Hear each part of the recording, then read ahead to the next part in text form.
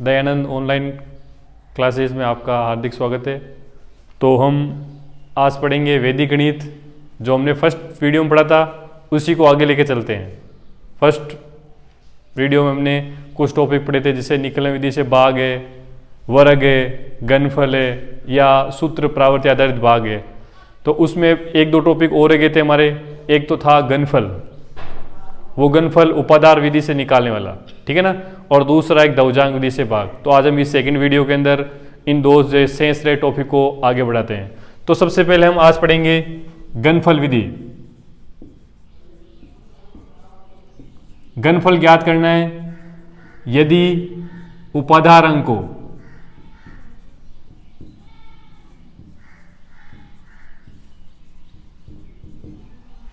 तो इसके लिए हमारे पास सूत्र होगा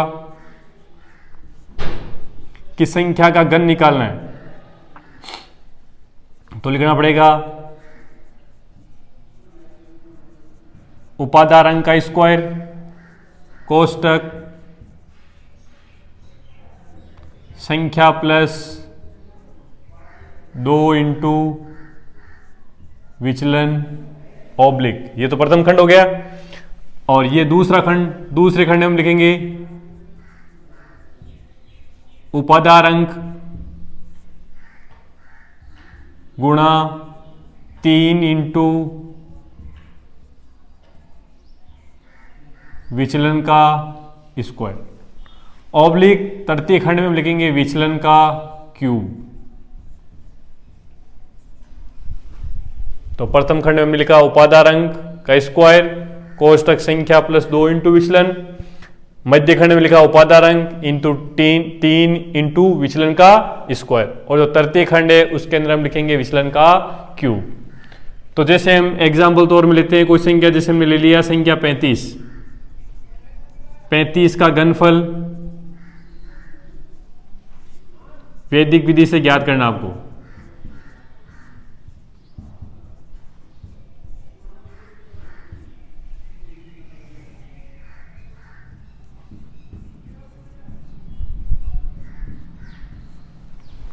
तो इसके लिए हमारे पास संख्या कितनी है? संख्या हमारे पास है, लिख लो आप कि संख्या हमारे पास है 35।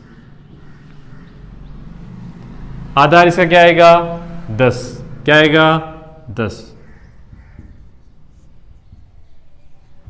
लेकिन उपादार अंक क्या आएगा इसका? क्योंकि 30 उपादार अंक क्या लेंगे हम? 3। क्योंकि 35 30 के नजदीक है तो उपादार अंक क्या लेंगे? 3। तो आधार आ गया 10, उपादार अंक 3। तो अब हम निकालेंगे विचलन। तो विचलन हो गया संख्या माइनस आधार। तो संख्या हमारे पास कितनी है? 35 और आधार 10 इंटू 3 30। तो कितना हो गया विचलन? 5। यदि हमारे पास यहां पर 2 शून्य होते, यदि आधार हमारे पास 100 होता तो हम यहां 0.5 लिखते, लेकिन आधार में हमारे पास 1 शून्य है तो विचलन भी 1 अंक आना चाहिए। और आधार में हमारे पास 2 शून्य है तो विचलन भी 2 अंक को आना चाहिए। यह हमारे पास 1 अंक है तो 1 अंक लिखेंगे। अब ये जो निकालने के बाद में आपको इस जो सूत्र दिया हुआ है इसके अंदर इसका पूरा मान लिखना है। तो पहले लिखा हुआ है संख्या का क्यूब। तो संख्या हमारे पास 35 है, 35 का घन ये कर लिया।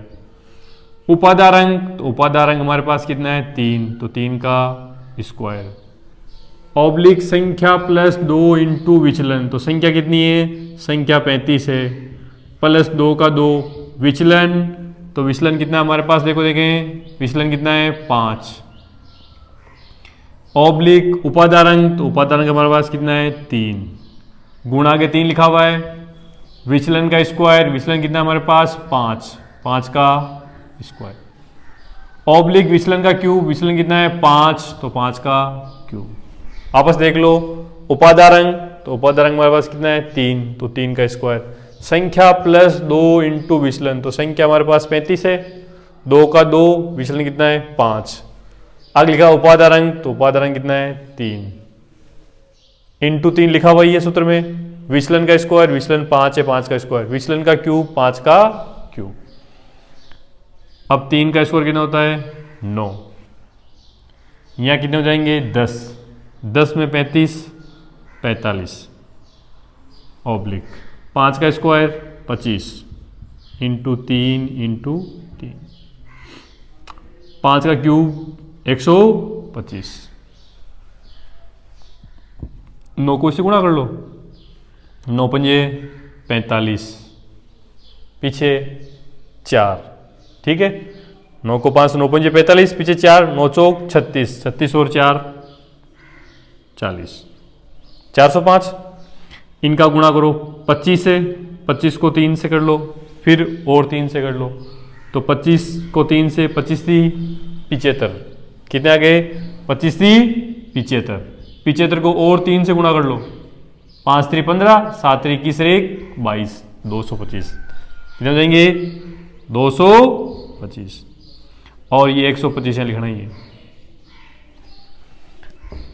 अब आप ध्यान रखो कि आधार में कितने शून्य आपके पास, 1, तो 1 शून्य है, तो इस तृतीय खंड में और मध्य खंड में एक अंक की संख्या आनी चाहिए। यदि ज्यादा अंक है तो आगे वाले खंड में भेज दो। तो जैसे हमारे पास इसमें एक खंड की रखनी है 12, 12 ज्यादा है तो 12 आगे भेज दो, तो 12 को आप इस सेकंड खंड में भेजते ही जोड़ लो 12 इनके अंदर, 225 है, 225 के अंदर 12 जोड़ दो तो 7 3 2 237। ऐसे ही मध्य खंड में भी क्या रखनी है, एक अंक की संख्या, कि इसमें हमें ध्यान रखना है कि आधार में जितने शून्य है उतने ही अंकों की संख्या इस मध्य खंड में तृतीय खंड में रखनी है। तो इसमें भी हम एक अंक की रखेंगे, ये 7, इस 23 को हम क्या कर देंगे, आगे भेज देंगे, तो ये 405 है हमारे पास, और हमने यहाँ क्या भेज दिया 23 भेज दिया, तो कितने हो गए ये 428। तो हम लिखेंगे 428/7/5, तो अभी कितना हो गया 428 7 5, ये पूरा लिख दो, तो ये हो जाएगा इसका घनफल, 35 का घनफल वैदिक विधि से। तो आपको करना क्या है, सूत्र लिखकर और सूत्र में इनके मान ही रखने हैं। चलो हम अब नेक्स्ट अगला टॉपिक लेते हैं जो इस वैदिक गणित का इंपॉर्टेंट लेते हैं। थोड़ा बच्चा इसको हार्ड भी समझता है, लेकिन अब ये जो प्रश्नावली 4 नंबर की है, जिसमें से 1 नंबर का क्वेश्चन और एक 3 नंबर का क्वेश्चन आता है, तो 3 नंबर के क्वेश्चन में आपके पास ये दौजांग विधि का भाग ये आ सकता है। तो अब हम पढ़ेंगे दौजांग विधि से भाग, दौजांग विधि से भाग। तो जैसे हमारे पास संख्या आ गई है, संख्या हमारे पास है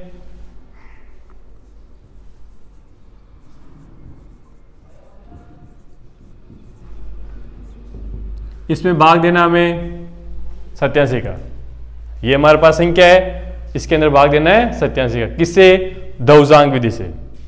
तो दौजांग विधि से करने के लिए इसके अंदर 3 खंड बनाने हैं आपको। क्या बनाने, पहले 3 खंड बनाने हैं। ये प्रथम खंड, द्वितीय खंड और ये तृतीय खंड। प्रथम खंड में आपको यहां ऊपर की तरफ लिखना आपको दौजांग, दौजांक अंक, और यहां लिखना आपको मुख्यांक अंक। अब दौजांक और मुख्यांक क्या होते हैं, दौजांक जो आपका भाजक है उस भाजक के इकाई का अंक, ये भाजक के इकाई का अंक वो आपका दौजांक हो जाएगा। क्या हो जाएगा, दौजांक। और जो शेष अंक बचते हैं वो आपके मुख्यांक हो जाएंगे। क्या हो जाएंगे, मुख्यांक। तो जो भाजक है इसके इकाई का अंक क्या रहेगा, दौजांक, और शेष अंक क्या रहेंगे, मुख्यांक। दौजांक को हम लिखते हैं घात के रूप में, किसमें लिखते हैं, घात के रूप में, और मुख्यांक को हम लिखेंगे आधार के रूप में। तो हमारे पास दौजांक कितना आ गया 7 और मुख्यांक कितना आ गया 8।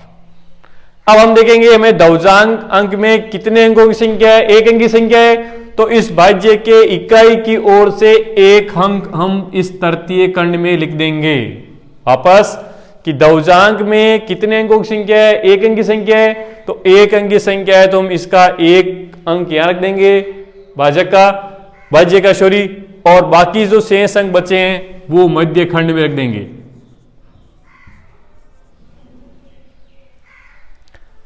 अब यह करने के बाद में मध्य खंड में जो संख्या है 9, इस 9 का हमें क्या करना पड़ेगा, मुख्यांक में भाग देना पड़ेगा। तो हम संकेत भी लिखेंगे इसके।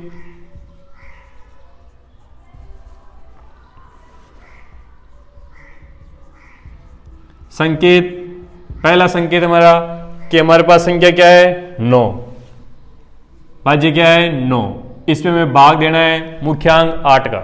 हर बार मुख्यांक का ही भाग दिया जाता है, तो इसके अंदर हम भाग देंगे तो एक बार भाग जाएगा, तो एक भागफल आएगा और एक ही शेषफल आएगा। तो हम जो भागफल आएगा उसको यहां नीचे लिखेंगे, इसके 9 के जस्ट नीचे, और शेषफल आएगा उसको इस 18, 8 और 9 के बीच में लिख देंगे 1। तो अब इसे जब पढ़ने पे हमारे पास क्या दिख रहा है 18, क्या है 18, तो हम लिखेंगे नया भाज्य।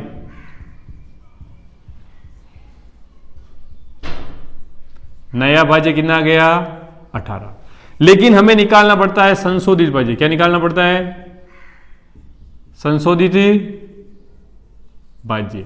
संशोधित भाज्य क्या होगा, संशोधित भाज्य जो नया भाज्य निकालते हो 18, उसको भागफल और दौर्जांक से गुणा करना है, कि लिखना है संशोधित भाज्य क्या हो गया 18 माइनस भागफल कितना है 1 गुणा दौर्जांक कितना है 7। तो संशोधित भाज्य कैसे निकालोगे, नया भाज्य माइनस भागफल अंक इंटू दौर्जांक। तो 18 में से 7 कितने रहेंगे 11। तो अब तीसरा पॉइंट लिखेंगे 11 के अंदर हम भाग देंगे किसका 8 का। तो हमारे पास 11 के अंदर हम 8 का भाग देंगे, तो देखो एक बार भाग जाएगा तो भागफल क्या रहेगा 1। भागफल 1 रहने पर हमारे पास शेषफल रहेंगे 3। तो जो भागफल आएगा वो तो इसके नीचे मध्य खंड नीचे लिख देंगे कि भागफल आ गया 1। शेषफल कितने आ रहे हैं 3, तो शेषफल 3 हम 8 और 7 के बीच में या नीचे की तरफ लिखेंगे 3। तो अब पढ़ो हमारे पास जो नया भाज्य आ रहा है, वो नया भाज्य कितना आ रहा है, तो नया भाज्य हमारे पास आ रहा है अब 37। नया भाज्य बराबर 37।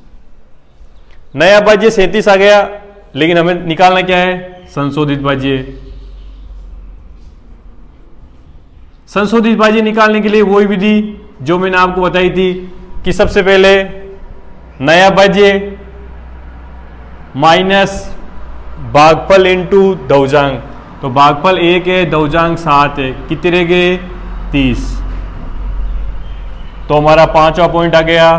30 के अंदर हम भाग देंगे वापस मुख्यांक 8 का, तो 8 3 24, 3 भागफल और 6 शेषफल।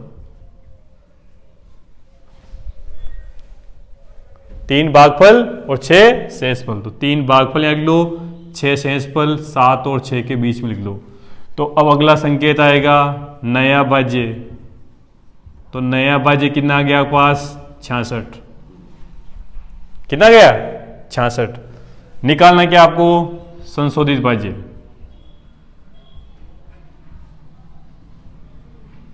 तो संशोधित भाज्य क्या होगा 66 माइनस नया भाज्य माइनस भागफल इंटू दौर्जांक।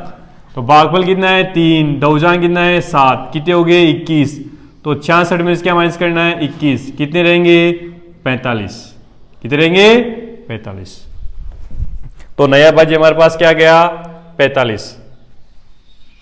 तो अगला पॉइंट हमारे पास 45 में हम भाग देंगे 8 का, तो क्या आएगा 8 पंजे 40, 5 भागफल और 5 शेषफल। तो ये आ गया 5 भागफल जो यहां लिख दिया। अब 5 शेषफल इन दोनों बीच में मतलब यहां लिखेंगे हम 5 शेषफल। तो 5 शेषफल लिखते हैं। अब आप देखोगे कि नया भाज्य, तो देखो नया भाज्य कितना है, नया भाज्य आपके पास आ गया 5 और ऊपर 5 55। तो अब हमें निकालना है संशोधित भाज्य। क्या निकालना है संशोधित भाज्य। संशोधित भाज्य वही विधि, सबसे पहले नया भाज्य लिख लो 55। नया भाज्य 55 माइनस भागफल इंटू दौर्जांक। तो भागफल कितना है 5, दौर्जांक कितना है 7, कितने हो गए 35। तो 35 55 में से घटाओ किधर रहेंगे 20, तो संशोधित भाज्य कितना आ गया 20। लेकिन अब आप इस तृतीय खंड में पहुंच गए तो आपके जो संशोधित भाज्य बच रहा है वो ये आपका क्या होगा शेषफल।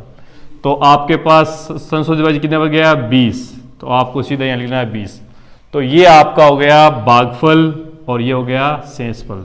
तो मध्य खंड के अंदर जो संख्या आती है वो आपके आती है भागफल, तो भागफल आ गई ये, और शेषफल आपके पास आ गया 20। ध्यान रखना है तृतीय खंड के अंदर जो संख्या आती है वो संशोधित भाज्य आती है, वो आपका क्या आती है शेषफल। ठीक है।